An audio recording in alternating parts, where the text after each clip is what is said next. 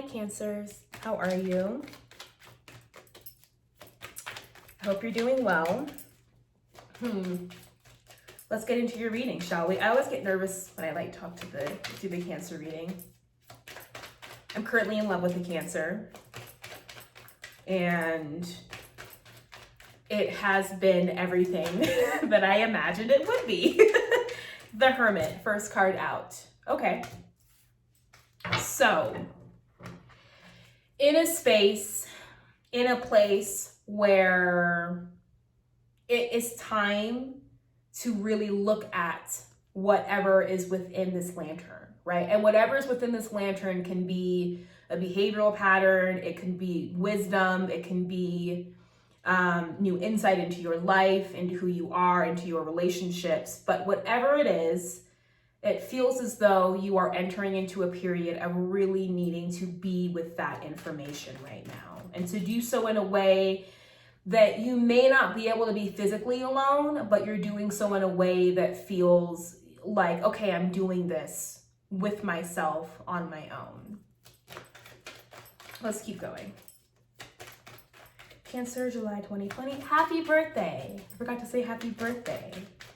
It's been quite an intense Cancer season. I'm a Cancer moon, so usually I can go with the flow and get down with everything. But something about this season, and I think also being with a Cancer, is making me realize that there's actually a lot of limitations to the Cancer moon, that that there is some in terms of really embodying the Cancer archetype, that I always just sort of believed I'm a Cancer moon, my moon's in Cancer, right? The moon rules Cancer, it's home. So the Cancer archetype within me is extremely illuminated and extremely active, which is very true.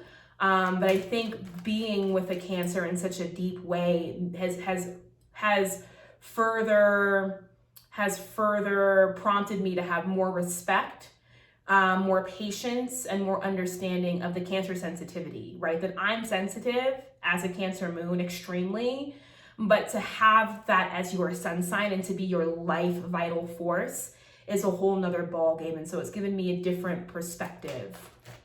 And it's given me a different respect and sort of consideration of that which is the Cancer energy.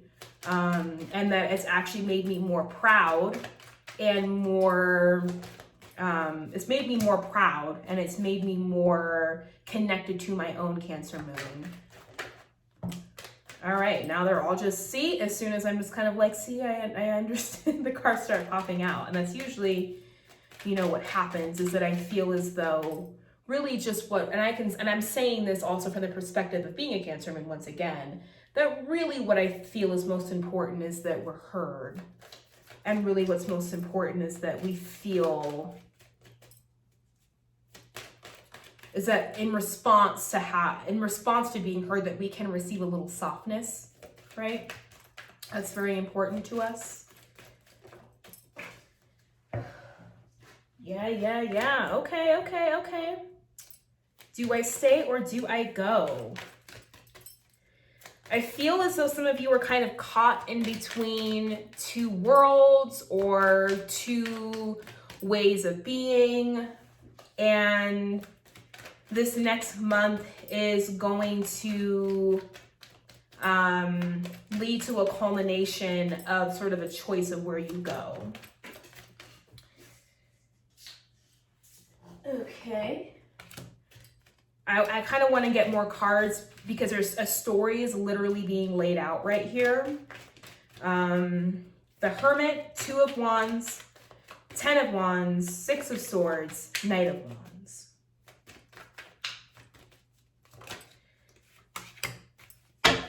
Okay. And the Judgment card in the bottom of the deck. We'll pull more. Let me see something here. I feel as though this is a situation. Sorry for the shadow. I do not know what to do. I'm still figuring out better filming, but I feel as though you all need to see this story. So the Hermit, 2 of Wands, 10 of Wands, 6 of Swords, Knight of Wands, and the 3 of Pentacles. So The beginning of the reading, the beginning of Cancer season of this month has probably seen a lot of you, or prompted a lot of you, to enter into a space of really looking, like I said before, at this lantern, at the potential wisdom, at what is going on with you, at, maybe some new insight about your behavior, some new insight about where you're going with your life. And I think this sort of prompts you then go, this lantern, right, this light source energy then transforms into this, the world in the palm of your hands, that information is power, that insight can allow me and can give me the agency and the power over my life that, I deserve and that I want, right? And so you are able to take this information, turn it into something tangible, right? Turn it into something that is going to be of great use to you. And now you are left with the decision of, do I stay or do I go? Do I go out into the world? And, I think a lot of you are at an impasse of what you are trying to do with career, because Virgo also being an earth sign and also being very, very work oriented and service oriented. So what are you doing in terms of work? What am I doing to make money? What have I been doing to make money? What do I really want to do? What is in my heart's desires? What wisdom have I learned, have I collected that I can take out into the world and maybe bring forth some income? And so I feel as though a lot of you are kind of at an impasse of, you've been doing something for a long time. This wand behind you represents a career or a life that you have established quite well in the past, right? That it's easy for you to access this thing. It's easy for you, this thing inside and out. You're probably one of the best in your field, right? It's brought you so much abundance, so much love, so much money, so much luck, right? But you are now kind of at an impasse where that thing, right, you feel as though it's potentially, you've been overworked, it's been a burden, it's been too much, it's been, you've broken your back quite a bit on behalf of this career choice here, on behalf of this job, whatever this may be. And so you now are kind of in a position of, well, do I go forward or do I stay back here? And the thing is that you can stay back here with this wand and you'll be fine. You'll make the money, you'll get the abundance, you'll get all the thing, you'll get what you need. It won't be anything new, but it'll be something familiar, right? Or you can take part of this, right, what you've built here, you can take it with you into the future with your newfound insight, having turned into vital and potent information, right, about yourself and about what you want to do moving into the world. And you can move forward and sort of figure out, well, do I stay or do I go? Or, do I move forward into the world with my new project, new idea, a new career path, a new career opportunity? And so even if you were to do that, right, if you were to move forward into this new opportunity here with this new wand and this looking forward out into the journey ahead, that it won't be easy, but it's a 10 of wands, not a 10 of swords, right? So for me, the 10 of wands is still great because it's the culmination of working so hard to build something. There's a village in the back over there off to the side, right? There's homes, there's a stable foundation being built. So it's a 10 of wands, but it's not just exhaustion for the sake of being exhausted. It's exhaustion with the sake of actually, creating and building the new life and building the thing, right? You start off with one wand here and very quickly you get 9. You get 9 other wands. Very quickly you are able to amass great abundance in this new path. But that doesn't mean that getting of the new abundance isn't it's still overwhelming. It still feels uncomfortable. It's still not, it's still more money, more problems, right? And so now we get into the Six of Swords and the Knight of Wands. And so I feel as though you do make that choice to sort of move on and to move forward. I do feel as though a lot of you will, not go back to what once felt familiar, that you will move forward into a new path, into a new direction, that you will move forward, and that in doing so, you are also that even though this past life, this past career, this past job, whatever, relationship gave great security on its face, right? And that there was a sense of safety that you felt there, and that you did work hard and you created it, whatever it is you could create and manifest into this wand, that it still was difficult for you, and that there was still some things that happened in the creation of this past life that didn't feel, that hurt you in many ways. And so moving forward also affords you an opportunity to heal, and also affords you an opportunity to move into a new life with a clean slate, in clean health, with a clean mind, with a clean spirit, that which might have plagued you, right? That the things you might have been going back to by holding on to this, you don't have to, you can let them go fully. And in that, you are really able to move forward and to speed through at whatever, you are able to, at whatever pace you feel necessary for you, but you are able to really take off and move towards your creative endeavors and move towards passion and a new life force. Let's clarify this Knight of Wands. Can we clarify this Knight of Wands? Yeah. We're able to move into abundance and into a life that felt unattainable. 10 of Pentacles. It's not just fulfillment on an emotional level. It's fulfillment on a material level. There's generational wealth being built here. There's, a grandfather, there's dogs, there's two people, there's kids, there's a home, there's a garden. So there is, the potential to really move and to envision the kind of abundance and to move towards the kind of abundance that you really want to have.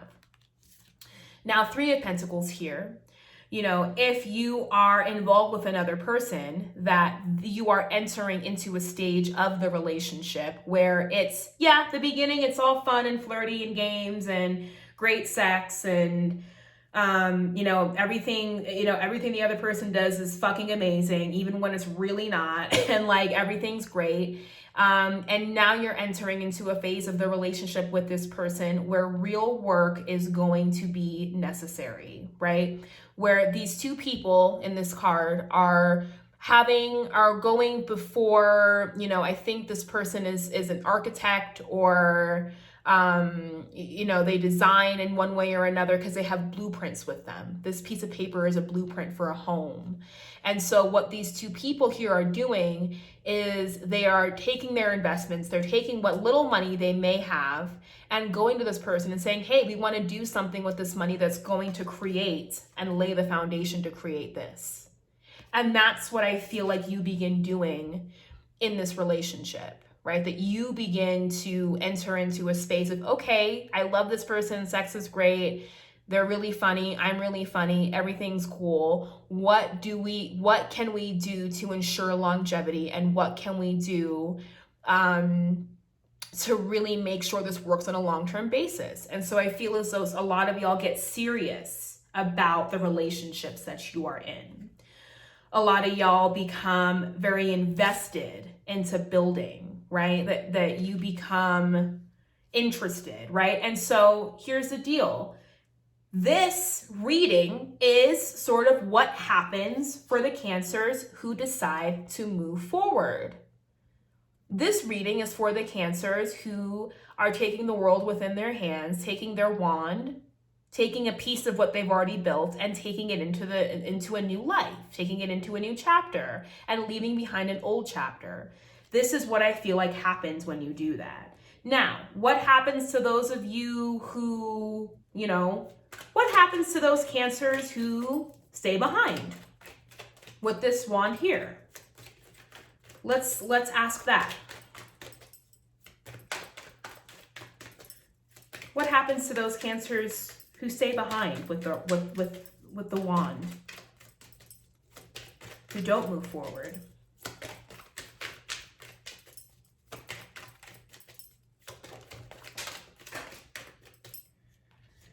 Well, I think it doesn't really matter because something prompts you to do it anyway.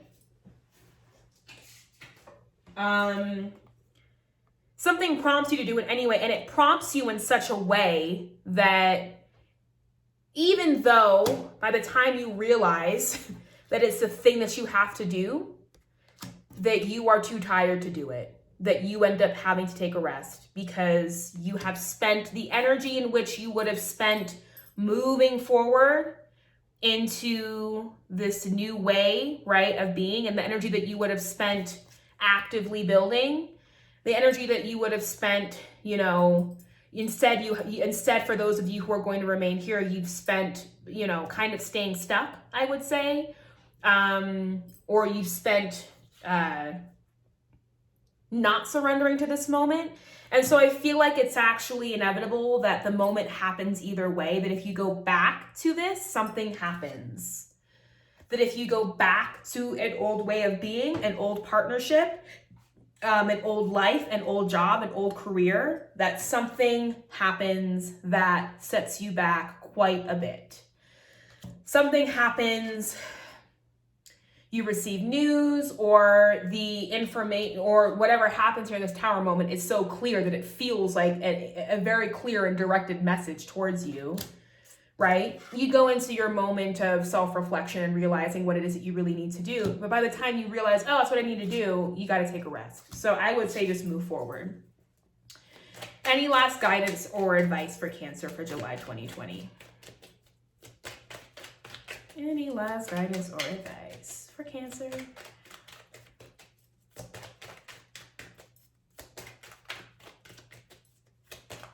Sorry about the harshness of the light. I'm trying to figure out my filming situation in this new home. Yeah, go. I think, yes, while the Chariot is still about choices, right? This person is still going. They're not staying put to where they're comfortable. This Chariot figure is not going back to what they knew felt comfortable. So I think for those of you who are contemplating the Wheel of Fortune on the bottom of the deck, good fortune moving forward, right? So for those of you who are contemplating going back to an old career, an old job, I don't, and you've been contemplating something else, if you're comfortable with your job, great. This reading might not be for you, and another reader might be able to give you insight into your month in particular. But I'm talking to the Cancer specifically right now who are feeling as though they have decisions to make and where they go and the next steps with their lives. So that's your reading for this month, my Cancers. I love you all so deeply, and I will see you all for Leo season in August.